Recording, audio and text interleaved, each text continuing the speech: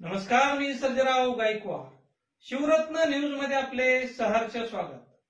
सोलापूर ते धुळे या राष्ट्रीय महामार्गावर तामलवाडी येथे अज्ञात वाहनाच्या धडकेत अज्ञात इसमाचा मृत्यू, तर रस्त्यावर छिन्न विच्छिन्न मृत अवस्थेत पडलेल्या इसमाला चुकवण्याच्या नादात रताळे घेऊन जाणारा ट्रक राष्ट्रीय महामार्गावरच उलटला.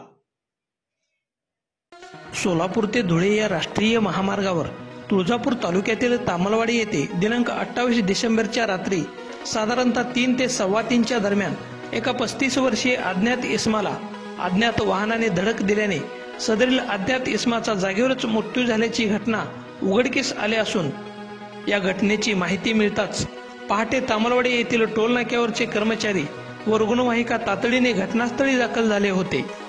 अज्ञात इसमाचा देह छिन्न विच्छिन्न अवस्थेत रस्त्यावरच पडला होता, तर रस्त्यावर पडलेल्या इसमाला चुकवण्याच्या नादामध्ये रताळे घेऊन जाणारा ट्रक क्रमांक RJ14 GL 2950 हा रस्त्यावरच उलटला.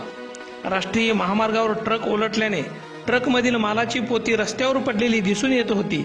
यामुळे काही काळ वाहतूक खोळंबली होती. या दोन्ही घटनेची माहिती मिळताच तामलवाडी पोलीस ठाण्याचे सहाय्यक पोलीस निरीक्षक सुशील चव्हाण व त्यांचे सहकारी तात्काळ घटनास्थळी दाखल झाले व त्यांनी पर्यायी रस्त्यावरून गावातून वाहतूक वळवली व गावातील तरुण, पोलीस कर्मचारी व राष्ट्रीय महामार्गावरचे कर्मचारी यांच्या मदतीने ट्रकमधून पडलेली पोती व क्रेनच्या सहाय्याने ट्रक रस्त्यावरून बाजूला करून वाहतुकीसाठी मार्ग मोकळा करून दिला.